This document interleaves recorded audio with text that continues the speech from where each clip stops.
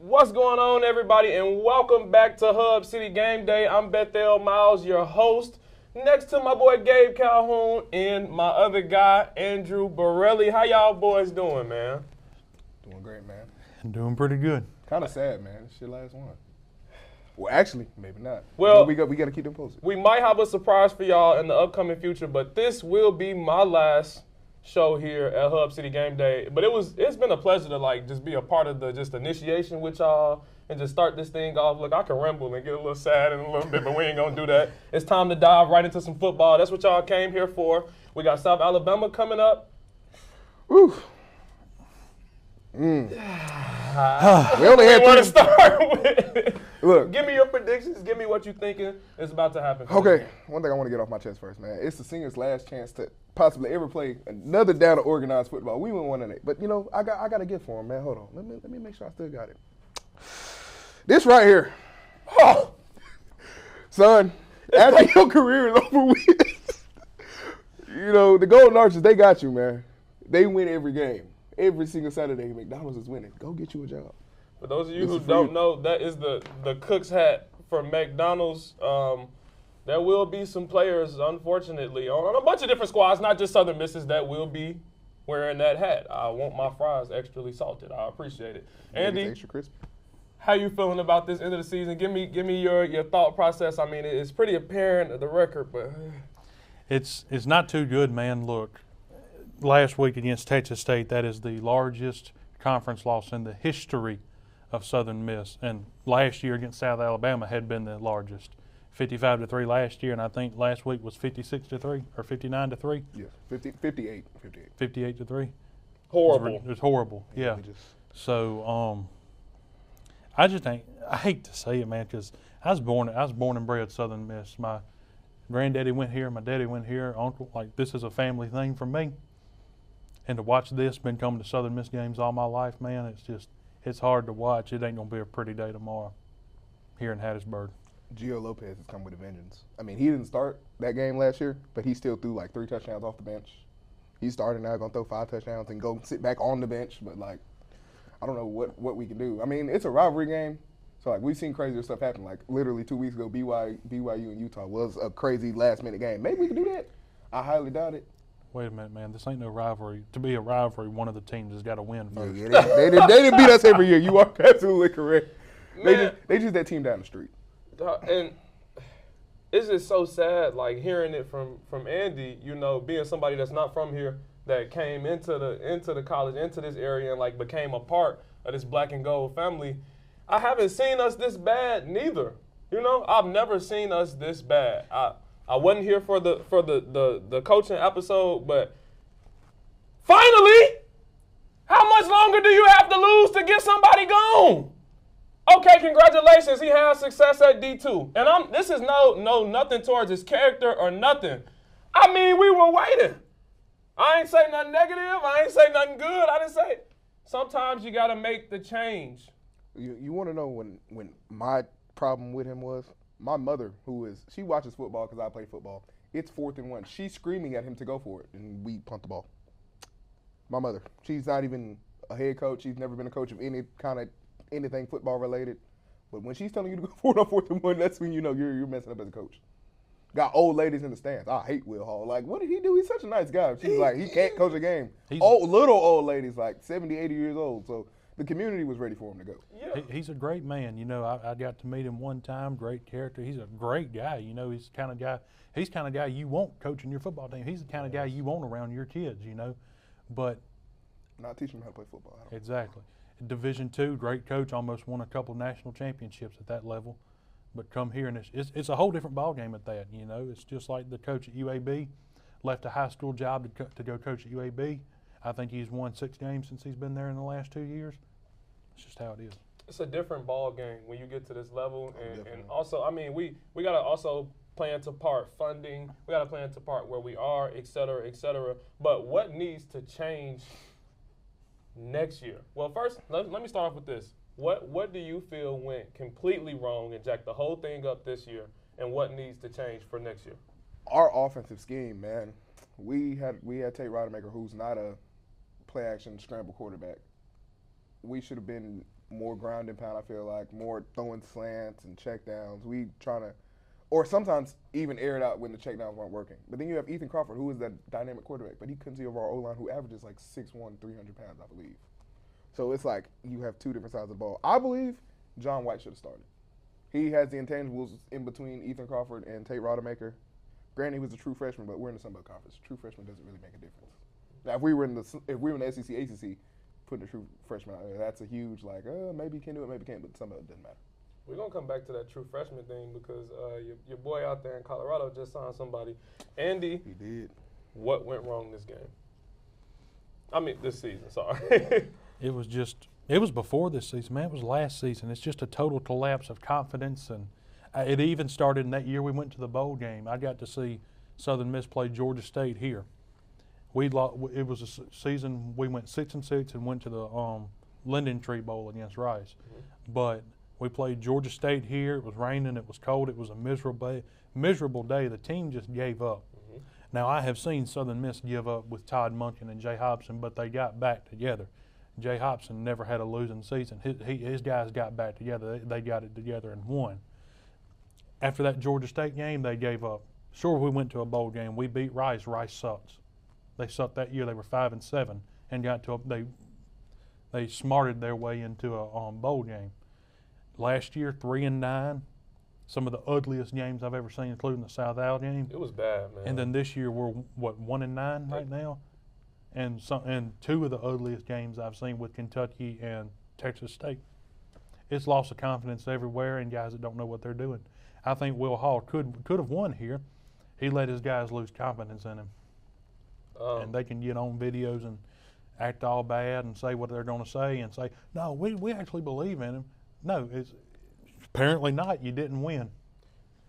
We're about to get into the coaching aspect of this because you're mentioning Will Hall, you mentioned the other coaches, but before that, I mean, for those of you who are watching this and y'all are not on campus, the demeanor surrounding the football team is kind of laughable.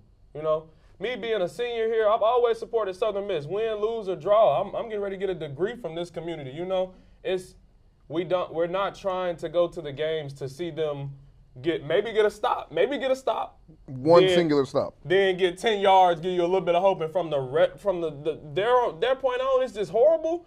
The demeanor on campus surrounding the football team is really bad, and that's something that I think this new coach needs to do, and is get the community back surrounded around the nasty bunch. Speaking of new coach, it's some talks about Skip Holtz going in. Andy, I want to come to you first. What are your thoughts on this possible hire? I don't think it would be a horrible hire. I don't think that's the direction the school's going. I've been seeing some talk that they're kind of easing away from him for a few younger people, but I'll bring those up in a minute. If we hired Skip Holtz, I don't see a problem with it. He's a good coach. Had a little bit of inconsistency at Louisiana Tech, but he's in the UFL now, and he's won 3 UFL championships in a row in Birmingham, the greatest team in that league. And they look like it too. Mm-hmm. Oh yeah. And I'm not sure that he would just leave that for Southern Miss. And the other thing is, he's not experienced in the NIL era. I just don't think he'd leave for that. I think he's good where he's at. Okay. See, with the Birmingham Stallions, that's a bunch of grown men. If you can take a bunch of grown men and have them work together, you can do that with 20 to, well, we do have some grown men, 6-year seniors and things of that nature. But you could do that with a bunch of kids. I believe in them.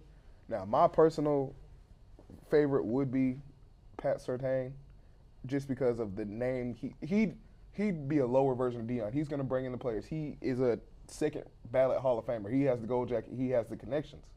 That's what we need here, is people who can come in and coach the people that we already have to new heights.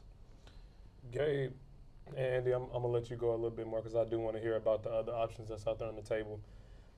Gabe, I disagree with you on both of those points, man. But it's for good reasoning. And I say I disagree, but really on the Patrick Surtain thing, I'm kind of with you there. I'm with you there 50%. I think the game is different when real money and grown men are involved as opposed to college kids that's making NIL. With the little NIL that we do get to throw, you know. We keep talking about this situation. We keep talking about the coaches. We keep talking about everything that's involved. The biggest thing is money. you can get a 5-star to Hattiesburg for $1 million. Unfortunately, that's what it is. That's what it is. That's what it ain't. But it's kind of just like you said, man. Man, you just hit on something. Oh my God. Don't cut this out neither, Rochak. But you hit on something like the money, man. I think that's the biggest problem for any coach that any coach is gonna have. No. You said the guy that coaches the Birmingham. Sorry, Micah. The guy that coaches the Birmingham Stallions. So he's not ready for this like NIL style. I mean, look at Saban, bro. Saban is that coaching mind. Like, Saban wasn't messing with that NIL. But tell me a little bit more about our coaching situation. Let's get back into it. I'll ramble a little bit. No, you're good. I will give you a correction, Gabe. Surtain's not in the Hall of Fame yet. Oh, he's not. We only have Southern Miss only has 2 players in the Pro Hall of Fame. Brett Favre. Yeah. Brett Favre and Ray Guy. So that's one thing. Surtain may carry a name with him. I don't think it's a big enough name to pull guys like Deion's been pulling, like Nick Saban pulled, like Kirby Smart's or Lane Kiffin's doing.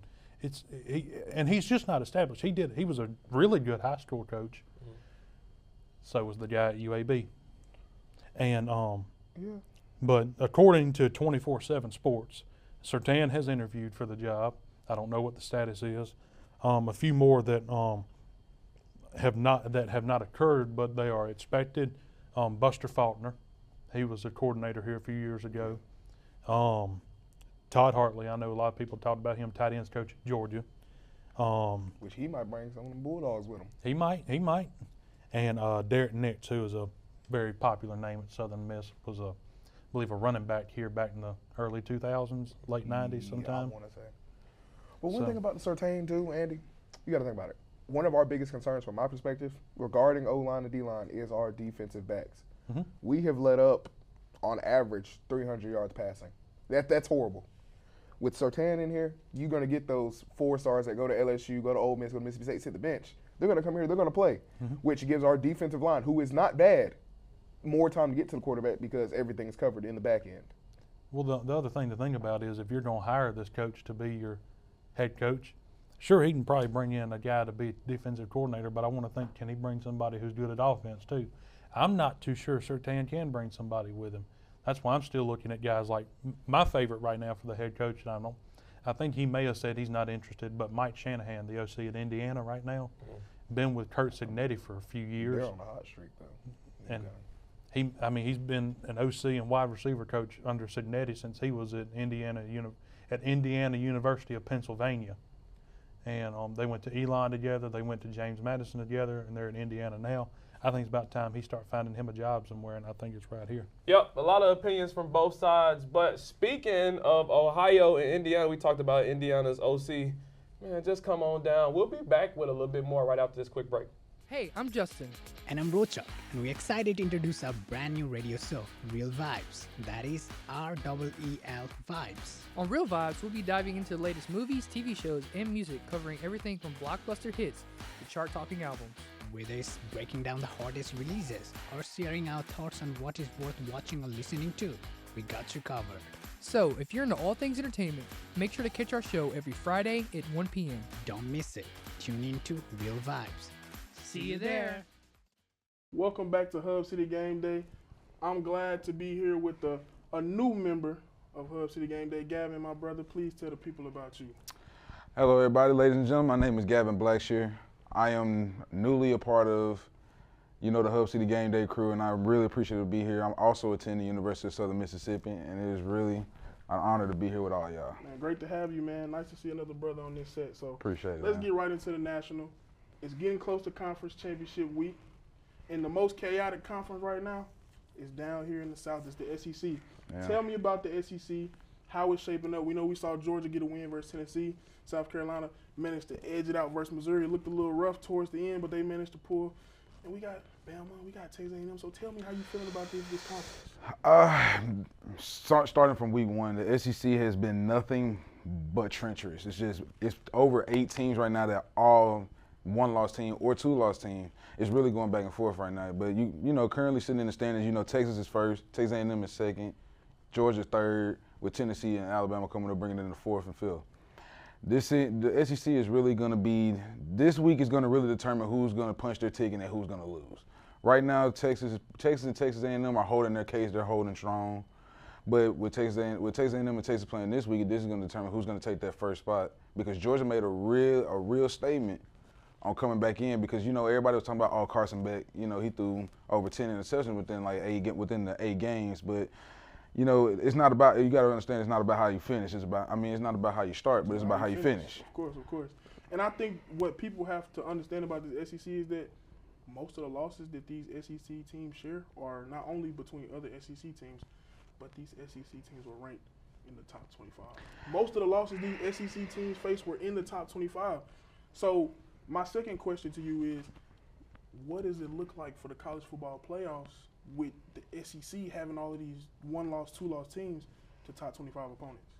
Well, you know, with the new 12 seed in the playoffs, you know that if you're in the Power Four, the winner of the Power Four automatically punches their ticket. Yeah. So that means that it can be, BYU currently is in the lead with Big 12, they can easily come in. See, but the issue is for the SEC is that not every SEC team can get in. Yeah. Now you're looking at, oh, we're only going to be able to take 2 or 3 of y'all now, 2 or 3 from the Big 10, 2 or 3 from the Big 12, and then 2 or 3 from the ACC. Yeah. The SEC now everybody's starting to amp it up a little bit to where we're like, all right, we have to punch our ticket here. And if you lose 3 games, you're out. Yeah. If you lose 2 games, you could possibly be in, but you have to win. You have to win your region. You have to win SEC, the championship, to get in. Of course. And moving on from the SEC to a tougher, maybe some people would say that's getting there, it's building up to be tougher, the Big Ten. Now, we didn't see Oregon be the front runner all year, but it's a big game going on. You got Indiana versus Ohio State. What does that game not only mean to the fans of the respective schools, but what does that game mean to the landscape of the Big Ten to you? Well, this game right here is going to really determine who's going to take, who's going to punch their ticket to, like I said, the Big Ten championship. Every team that we're talking about today on this episode they're either 1-loss team, they haven't lost a game, or they're just right at the 2-loss mark. Yeah. Indiana, Ohio State is going to be a slobber knocker type game. Of course. You got the number 1 scoring defense in the country, who is Ohio State, going against the number 2 scoring offense, which is Indiana.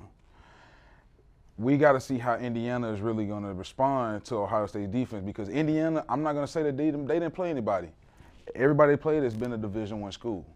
Now, are they highly ranked, talented schools? Not really. You could probably say at the time when they played Washington, when Will Rogers was playing at the quarterback, they did good. Nebraska, they did good. They blew Nebraska out, but Ohio State struggled with Nebraska. Yeah. You got to take into account that is Ohio State defense going to show up against this high-powered Indiana offense? But we'll find out on Saturday. Yeah, and I think one thing that we have to always take into consideration is it's in Columbus. Mm-hmm. It's at the Horseshoe. 100,000 strong. Indiana has not played in a game to this level. In the time that I've ever, in my 22 years, I've never seen Indiana be in this position, nor be in this stadium with this atmosphere. And Ohio State is battle tested. They went to Oregon. You know what I'm saying? You have veteran guys on that roster. You got Quinshawn Judkins, who came from the SEC, who's been battle tested. That whole defense that Ohio State has is almost transfer built. Ohio State has done a great job constructing their roster for these exact moments. So that's going to be a great game. But besides those two, who do you think is going to be the front runner for the Big 10 coming into that college football playoffs? Right now they're saying it's Oregon. Well, right now, in my opinion, I think that it is going to be Oregon. Reason being, Oregon is more of a well-developed team all around. Whether it's offense, defense, and special teams, they're all making plays on each side of the ball. Yeah. Ohio State has their moments where they're not truly consistent. Yeah. They're a very consistent team, but in different games you have to see special teams will mess up, defense will mess up, or offense can't move the ball. Yeah. Indiana does the same thing. Even though Indiana's undefeated, they're blowing every team out. They're averaging 43.8 points a game. Yeah. But the thing is, their defense going to be consistent to go up against these last 2 games are not cakewalks. No. For Indiana, they are not cakewalks at all. Yeah. This is going to truly test to see that, okay, is Indiana going to be able to step up to the plate and say, we are number 1 in the Big Ten, or is Oregon going to do that? Okay. Now, I want to move on to a conference that's a little less competitive. It's still a Power 4, but it's a little less competitive. Okay. The ACC. It's anybody. That's anybody's conference right now. I mean, you have SMU up there. They looking amazing. Amazing. Clemson, always a threat. But who is that third team? I know we have those two up there, but a lot can happen in these last two games. Yeah. So, what's your thoughts about the ACC right now? Well, to first answer your question, I think that the third team would be Miami. But my thing is that Miami right now, the last game, you know, they played Georgia Tech and everything. They weren't good at all. They weren't really good at all. Cam Ward, he threw for a good percentage. He had over 65% completion rate, but he also fumbled the ball through an interception. You know, it's just the little things that can easily be corrected for them to be able to finish the season off strong. So, you know, everybody came into the season thinking that Pitt was going to do something because Pitt started off red hot. Clemson started off red hot, but you got to understand that Clemson really didn't start off red hot because they lost to Georgia. Everybody had their doubts until Clemson started running through everybody in the ACC. SMU is really showing everybody that, okay, hey, we're here now. Yeah. We're not just some mediocre team that you can just dog walk and cakewalk every Saturday. Yeah. We're here to make a statement in the ACC, and then I think that SMU is really going to get it done this year. Yeah, and I'm glad you touched on that point. I want to remind the folks about the history of teams like SMU. Back in the 80s, man, they was paying them players. That money was getting thrown out there. And now that we have NIL back, we've seen the resurgence of a team like SMU, who can go ahead and throw that money out there. They got all them Dallas millionaires and billionaires. We're going to throw the players some money, come play for us. Oh, yeah.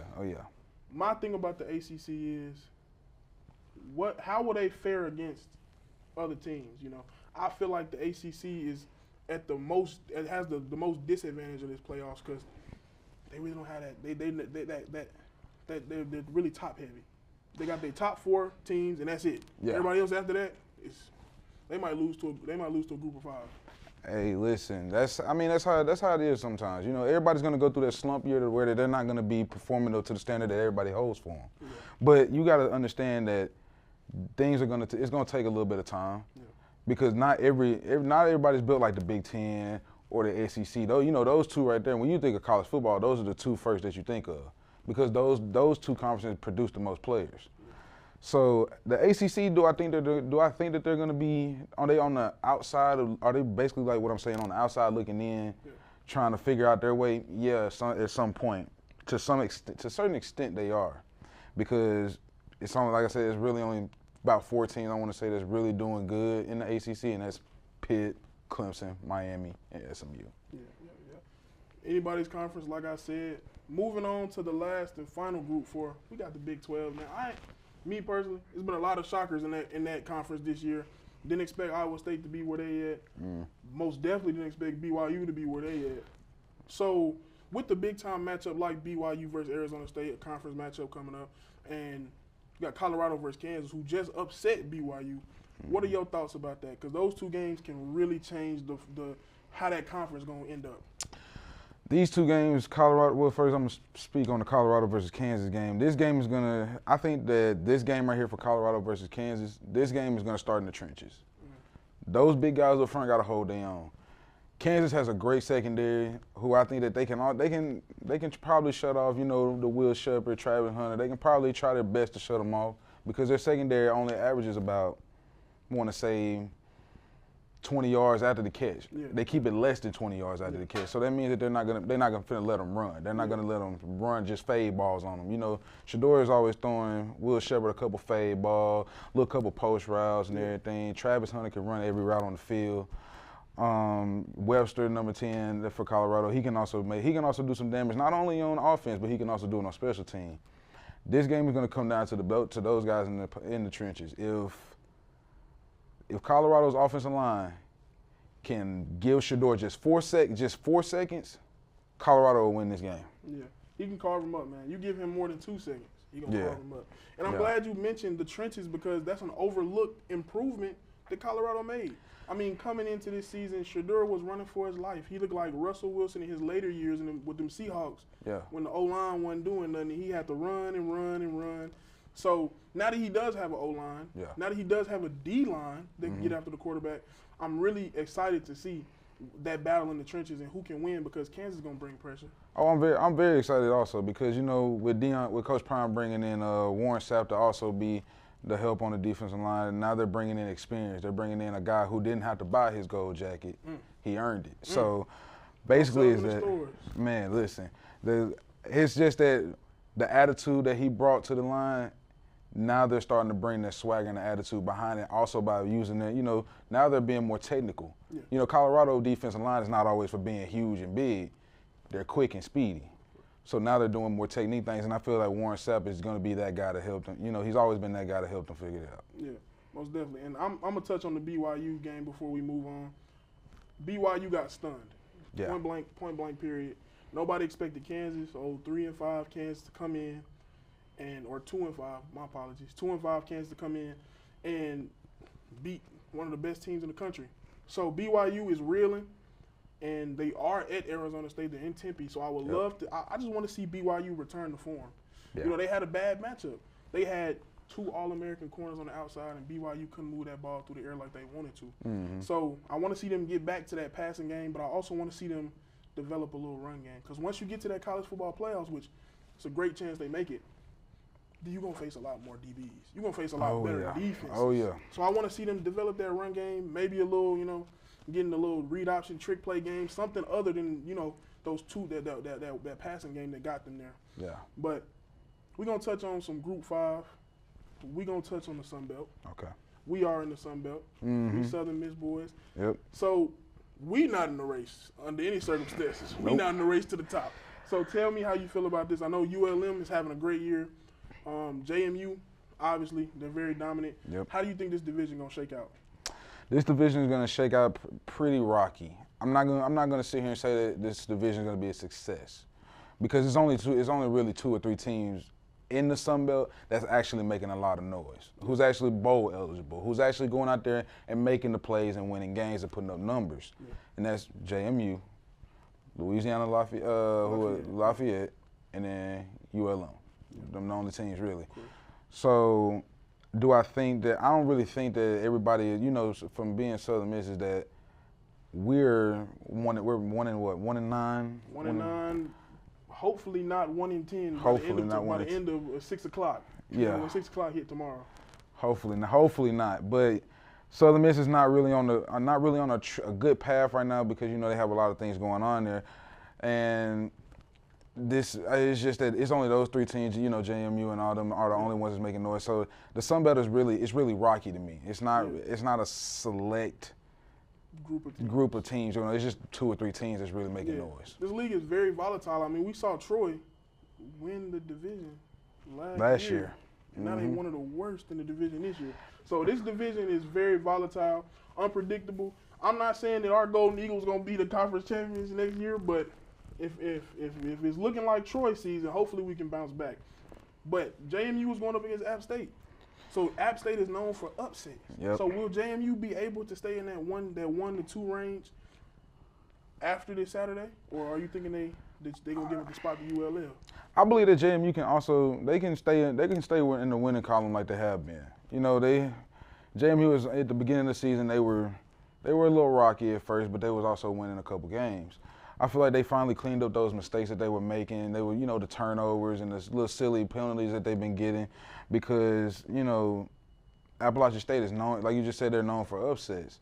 And if I'm not mistaken, the game this year is being played in Appalachian State, right? Now, if anybody out there remembers, last year, actually it was on this day, last year JMU and Appalachian State also played. JMU at that time last year were 10-0. Appalachian State was 6-4. So, and they ended up going into overtime, and Appalachian State pulled it off 26-23. Yeah. Now, do I think that's going to be the same this year? I don't think so, because I feel like JMU is, with the new players coming in and that bad taste in their mouth. Yeah. With all the new players that came in for both teams, it's just that I feel like JMU on the skill side has the better guys to get the job done on Saturday. Yeah, of course. And I just think JMU is the most well-constructed team. I mean, watching them against everybody they played, that UNC game, putting 70 up on the UNC team, it's not very particularly good, but those are Group 5 athletes. Yeah. When you hang 70 up on them, that's a very well-constructed team. And it's going to be amazing to see. We got a lot of great games this Saturday, but We got a lot of great stuff in this show left. We got predictions coming up. Don't go anywhere. We'll be right back.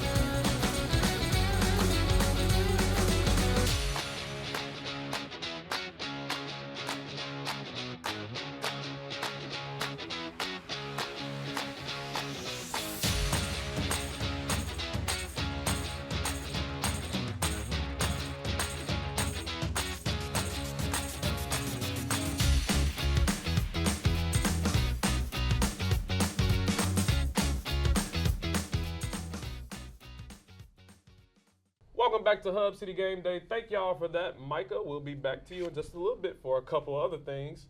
It's time for us to get into our predictions for these upcoming games. Hey y'all, what's the word, man? Like this is the last predictions I'm gonna do with y'all. It's the last. Like we were just talking about it. It's hurting me a little bit, man. We'll be all right. We'll be all right. We'll be all right. We'll thug it through, just like Southern Miss, hopefully. Let's start off with Indiana versus Ohio State. Gabe, drop it. This is a must-win for Indiana. It's not a must-win for Ohio State. They could lose this game and be perfectly fine.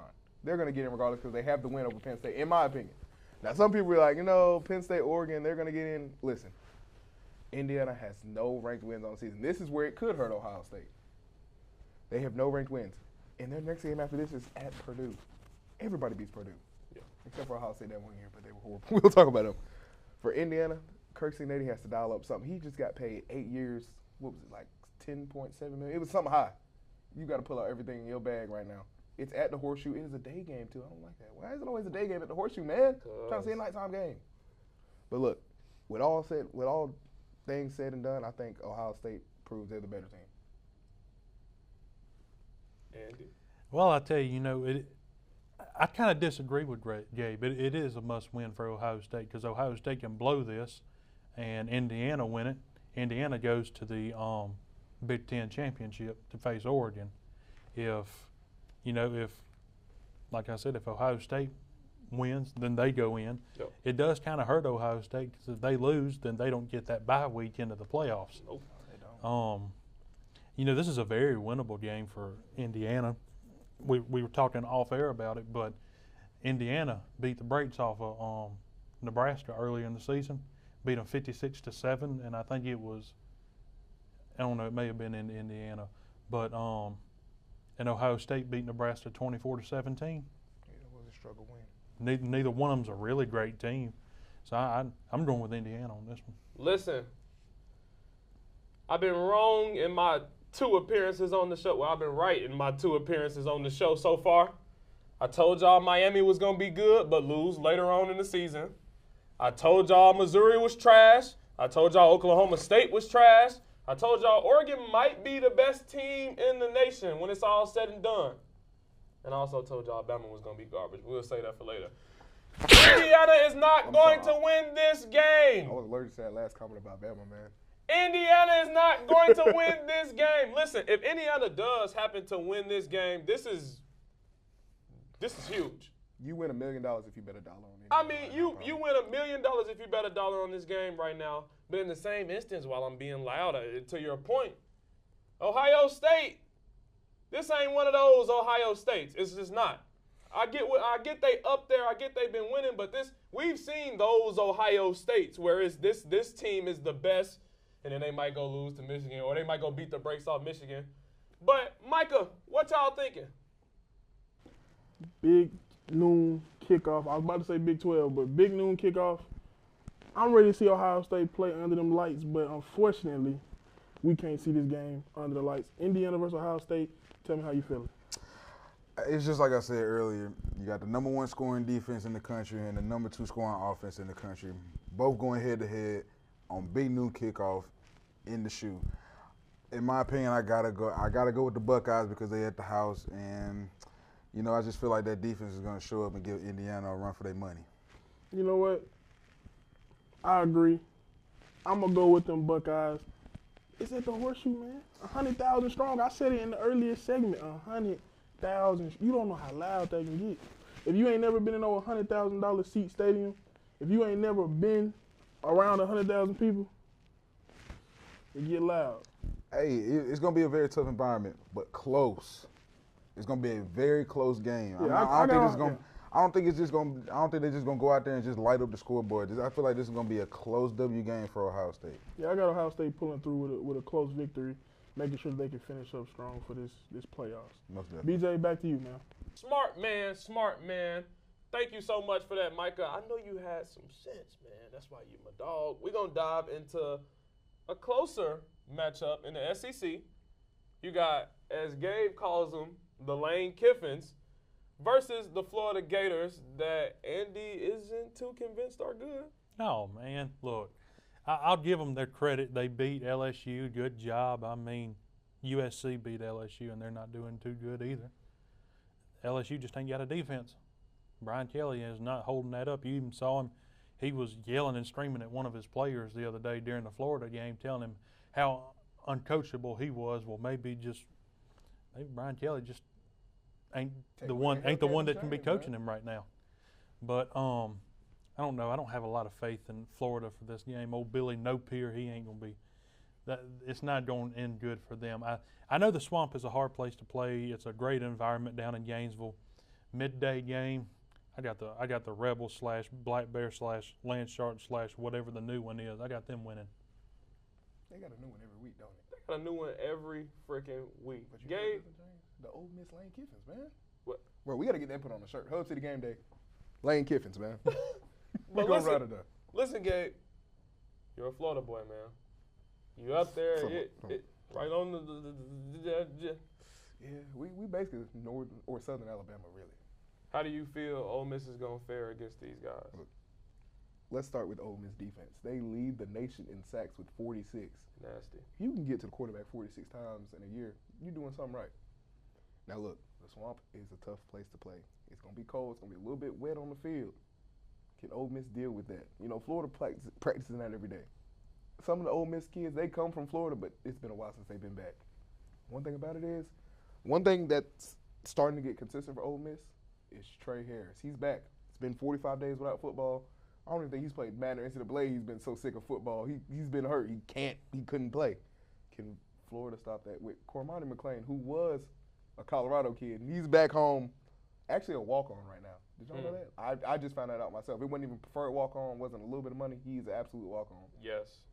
Like they say, you catch a ball to get free lunch. He's defending the ball, and he's paying for his lunch, so that's a problem. But with that being said, give me the Ole Miss Lane Kiffins, man. Now look, if it was at the Swamp at nighttime, give me the Gators. But I'm going with the Rebels, man. Man, something a little short on me. One thing that I believe in is believing. I'm one half a Florida boy, but I do not believe in the Gators. They are not good. It has not been a good year for them. I agree with what Andy said. I think Napier's out of there, maybe. I've been hearing whispers the other day like, we're going to try him out one more. We're going to give him one more. As long as he can make it to a bowl game. Yeah, they extended him for next year. He'll be there next year. How long? I don't really know. Wait, hold on. What does Cam Ward say about Florida? It's pretty bad. It's pretty bad up there. And, man, just something quick about the Cormani McClain thing. The young man got in the game and scored. Got a pick six, didn't he? Or some fumble recovery, he did something. Get that brother a scholarship. Get that brother give him a chain and a Hellcat. All of it. Whatever he wants in games, we'll give it to him. The kid has the skills. His attitude's not there. I don't know how I feel about him, Gabe. But that's not what we're talking about right now. We're talking about this prediction from Ole Miss and UF. I don't see a universe where Ole Miss does not win this game. Ole Miss is mediocre to me.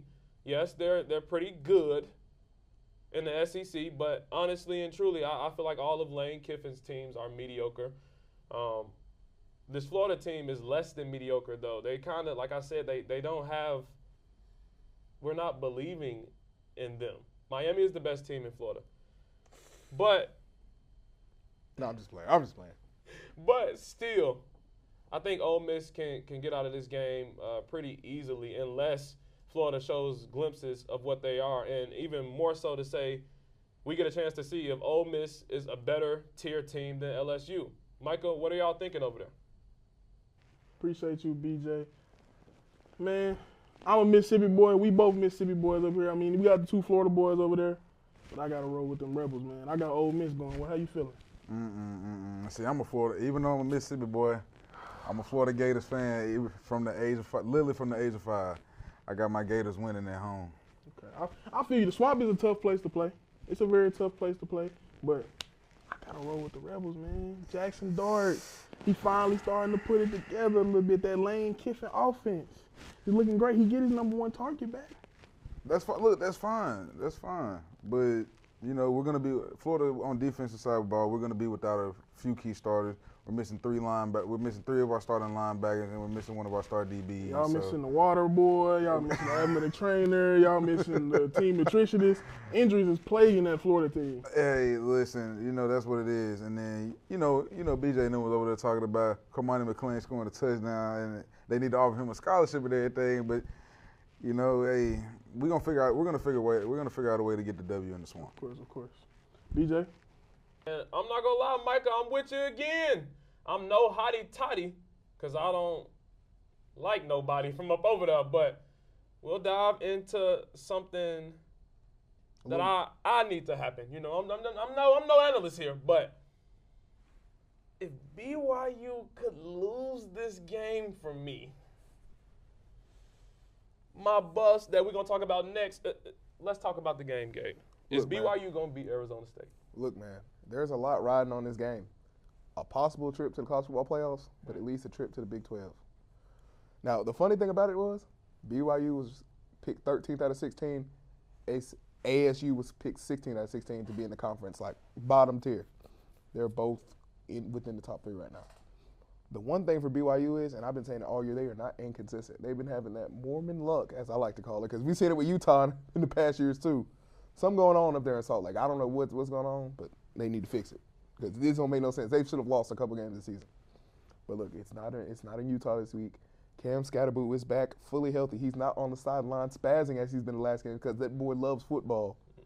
The question for me is, can Sam Levitt get it done for ASU? I think I think it's a possibility. BYU's defense doesn't show up all the time, as we've seen. He'll have Cam Scatterboot back. He doesn't have to throw the ball. He can just hand it off, let him run. Give me ASU with the upset. Andy?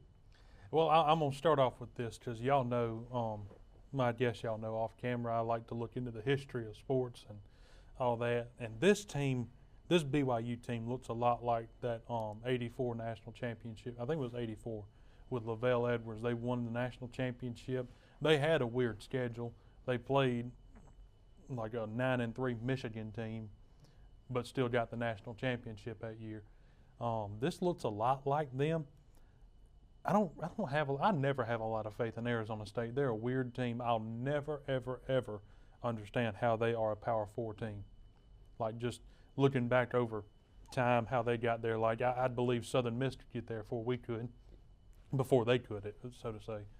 But Arizona State does give off like Sunbelt vibes. But hey, they have a couple surprising wins. They beat Oregon not too long ago.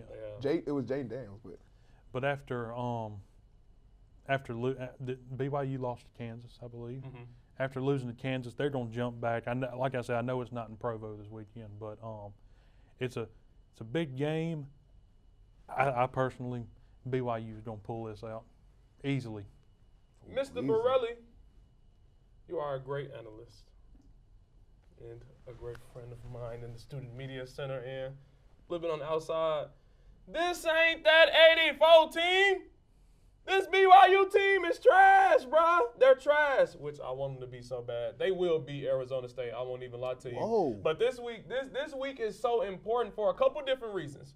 You get to see Colorado versus the team that beat them, and you get to see them against a team that could beat them. You get to see BYU against a team that has potential to, like, possibly, not really, though, but you know what I'm saying? Not really. Hey, man, I got faith in Sam Levitt, man. Look, dog, I don't see BYU losing this game, but BYU, if y'all feel like blowing a game, bro, this is the perfect one. This is the perfect one. I don't know how this Colorado front seven going to go up against this BYU front seven, so I'm a little nervous. I'm super nervous. If Colorado can get past this Kansas game, I'm hoping that they blow out this. I hope they blow out this Kansas team, but we're going to talk about them predictions a little later. Micah, what y'all thinking? Man, we got the battle of the college kids, the party boys versus the Mormons, man. BYU versus Arizona State. How we feeling about this? Hey, this game, this is going to be I feel like this game is going to be very lopsided. This is going to be one of those games that this is going to be, everything is going to come from the skill guys. The skill guys have to make the plays. Yeah. BYU has been more of a run team or more of a rushing team for the past couple weeks right now. You know, they can still light up the scoreboard through the air, but the running game is where they're going to have to succeed this weekend. Arizona State has also been performing pretty good because, you know, they had the complete turnaround from last season. But I got a feeling that BYU is going to bounce back from last week's loss and try to set the standard for, okay, hold on, just because we lost, this is not how the rest of our season is going to go. Exactly. And I'm glad you brought up the running game because Arizona State got a guy. I think he's number 4. Cam Scatterbro. I think it's Scatterbro. Scatterbro. Mm-hmm. When they give him the ball, when number 4 touch that rock, they a hard team to beat. He's something special with that pigskin in his hand. That's a physical runner. The whole team seems to feed off of his running style, his energy.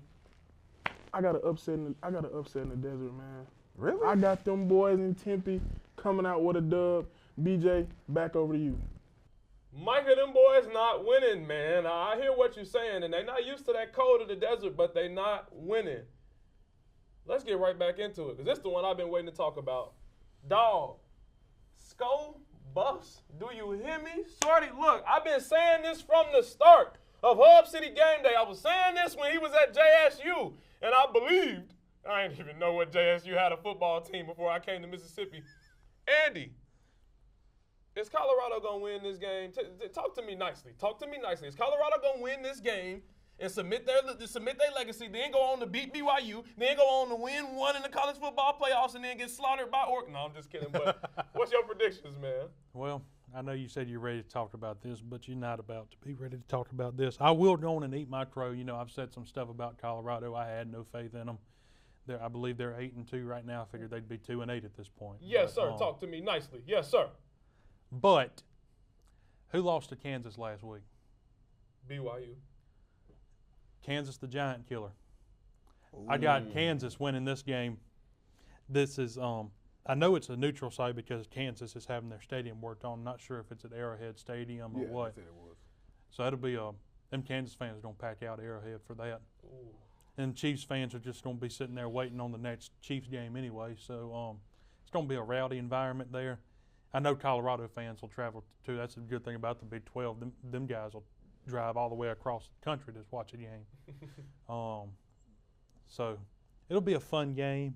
It'll be a low-scoring game. Kansas got this.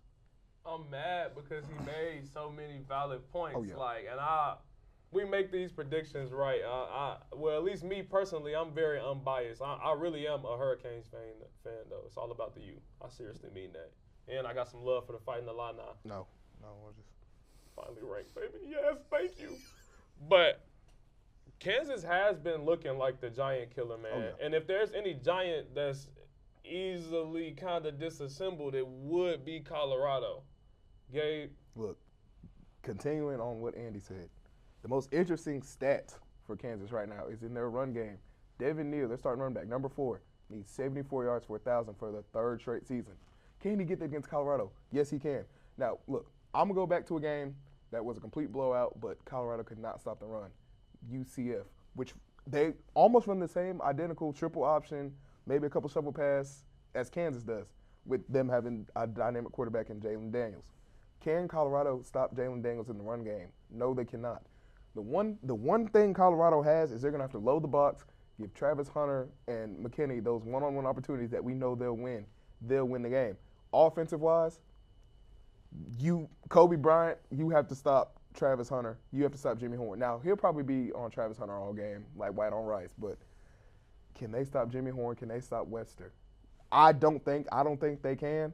Now, I do think the game's going to come down to the field goal kicker, which Colorado's field goal kicker is solid. He's been with JSU, he's been with Dion. He's solid. He's a senior this year, man. This is his last go round. So I give it to Colorado, but edging out Kansas. I've been waiting to say what's on my mind for a long time. Do you believe? Do you believe? You need your theme music, man. Dog. See, this is a good game to think about. Dog, I mean, like, because it's so many different aspects of it to kind of, like, analyze, to talk about. I watch a lot of college football. Obviously, we on the show. But I watch Colorado games, man. They on Fox, man. You got to get them. You can't. This ain't like no ESPN thing. Whenever they play, I watch them. I kept up with everything that's been happening this season. I kept up with every little small piece about Coach.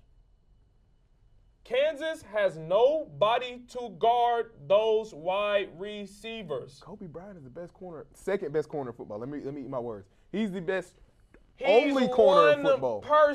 He is one person. He going to Trav. Webster's going to get open. Miller is going to get open. Oh, let's not forget Buddy from Vanderbilt. Come on. And we haven't even mentioned Shepard. Will Shepard. Oh, man. We haven't even mentioned Shepard.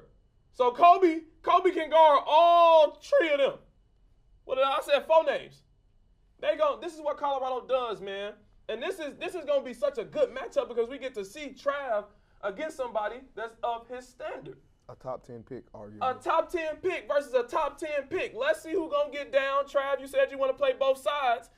Can you play both sides against a lockup? Can you go score against a team that's known for putting people down like y'all? Hey, but look, one thing though. Colorado's found a little bit of a run game. Dog. A little small bit. Dog, I ain't even say nothing about it because I wanted it to be mentioned. Listen. They got their Christian McCaffrey back there, man. The game, what's his name? Oh, no, I forgot his name. I just call him Little Christian McCaffrey, man. Hey, man, he's sliding, folks. He stick out like a sore thumb with that Colorado offense because everybody else Colorado, they look like me and you. And then they got their one Andy, you know what I'm saying? He sticks out. No, dude. The game is going to come down to who can get a stop. It's always like that. It's going to be a shootout at the end of the game. Somehow Colorado going to throw a ball 50 feet down the field, 50 yards down the field. Webster going to find the opening. It's going to be a miracle. A Big 12 shootout. Or Kansas blow them out. I'm not going to lie. That's the only two. It's going to either be a Big 12 shootout where Kansas put their foot in the ground and finally say, all right, everybody else got us, but we better than y'all. You know, we want this attention right now.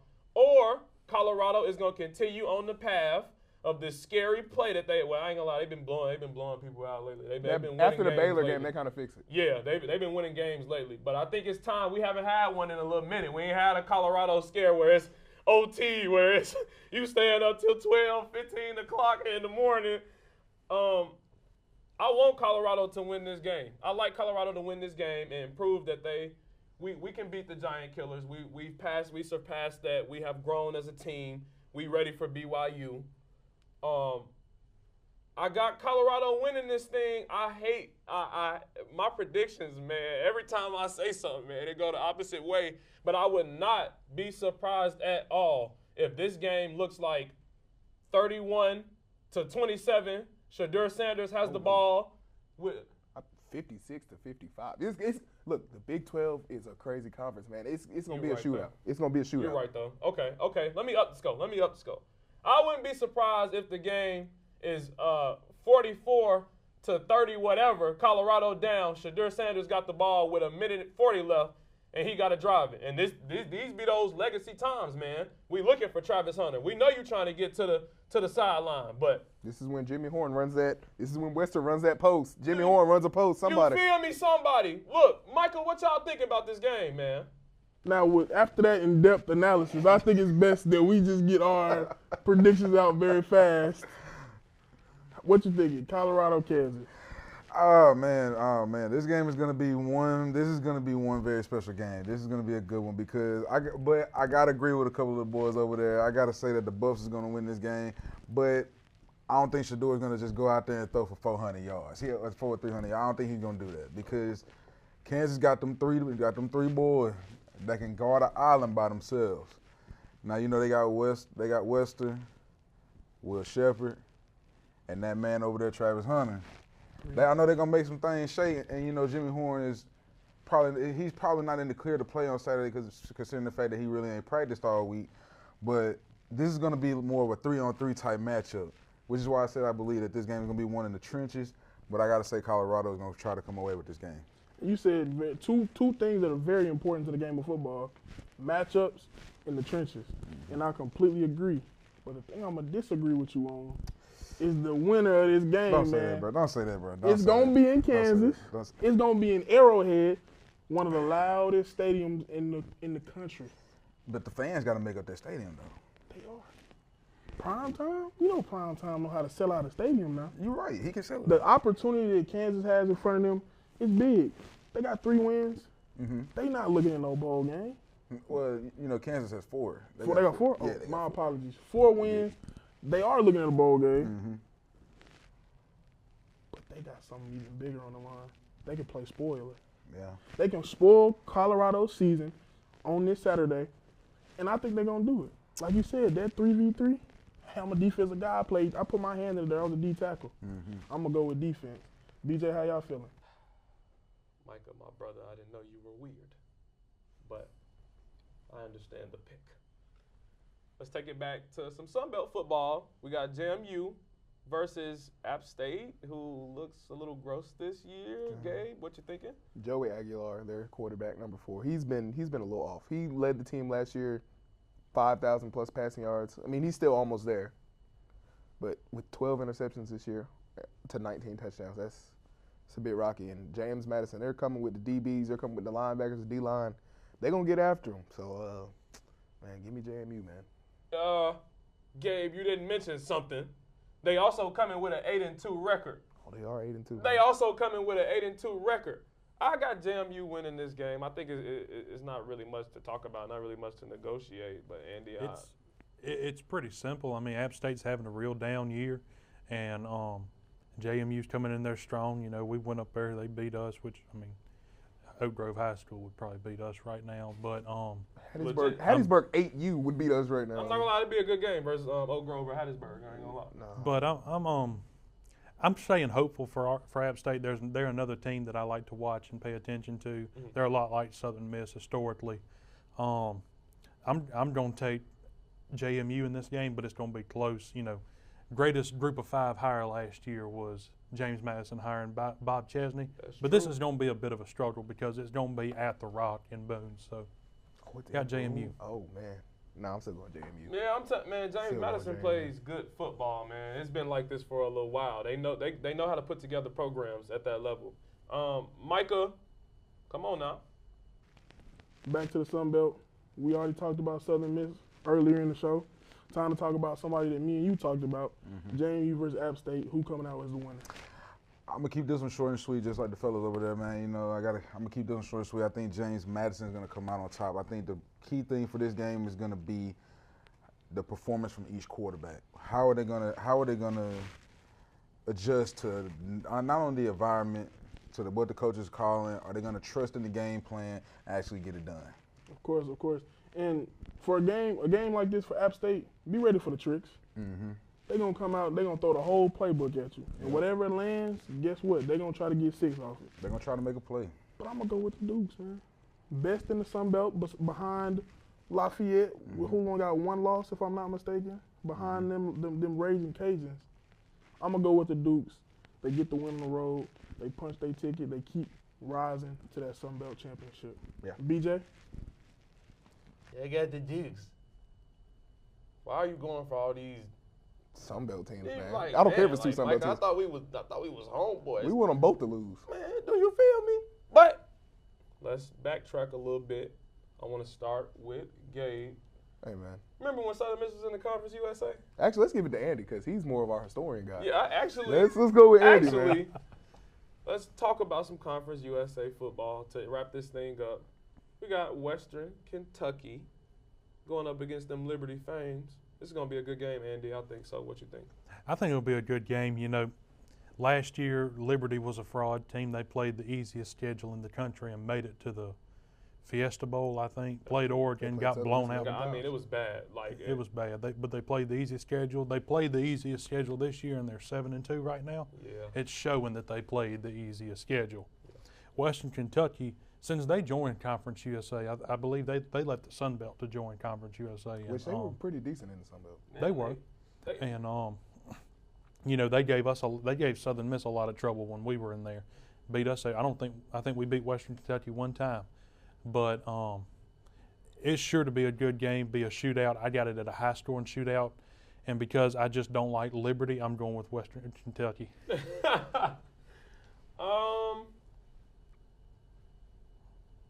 I agree with a lot of what you said. I always feel like Liberty is like, I'm like, come on, like it's Liberty, you know. Even when they have like a good record or whatever, I'm like, dude, like no. But they can put together some pretty good football teams. I feel like I gotta take Liberty in this one just because it's such a close game. It's a 50-50 ball. It's a jump ball. It might come down to a jump ball or two at 12 p.m. Gabe? Look, let's talk about the quarterback play. Both teams run their version of somewhat of an air raid offense. Actually, take that back. Liberty doesn't run that anymore. They're running backs back. Western Kentucky's always been an air raid. Liberty's DBs struggle with air raid. We've seen Kennesaw State beat Liberty off of 2 fluke plays. One more thing. Kennesaw State beat Liberty. First win of the season, man. But let's God. talk about it, man. Quarterback for Liberty, Caden Salter, man. I got something for him, man. Right. Caden Salter, you, my boy, were a Heisman. I'm not going to say front runner, but you were up there for the Heisman. He was up there. He pulled a reverse Joe Burrow and just got completely slaughtered and then just went down. You know, after you lose in Tempe, you get slaughtered. Usually quarterbacks, that's when they come on their rise. Not Caden Salter, man. You lost. You see the M? You lost to Kennesaw State of all people. Southern Miss could beat Kennesaw State barely, but we could do it. So what were you doing to lose to Kennesaw State? After that, you've had a down year since that. Y'all have been winning because y'all are Liberty and y'all have the most Charmin soft schedule in history. Give me Western Kentucky by 20. I believe Liberty cannot. They can't hang with the air raid. Caden Salter can't throw a football. He's going to be dropping fries in a couple years because he's just absolutely upsetting everybody in the country. He is playing so dookie, bro, and it came You know out what? of nowhere. Caden Salter, this is for you, my boy. Just take it. Just have it.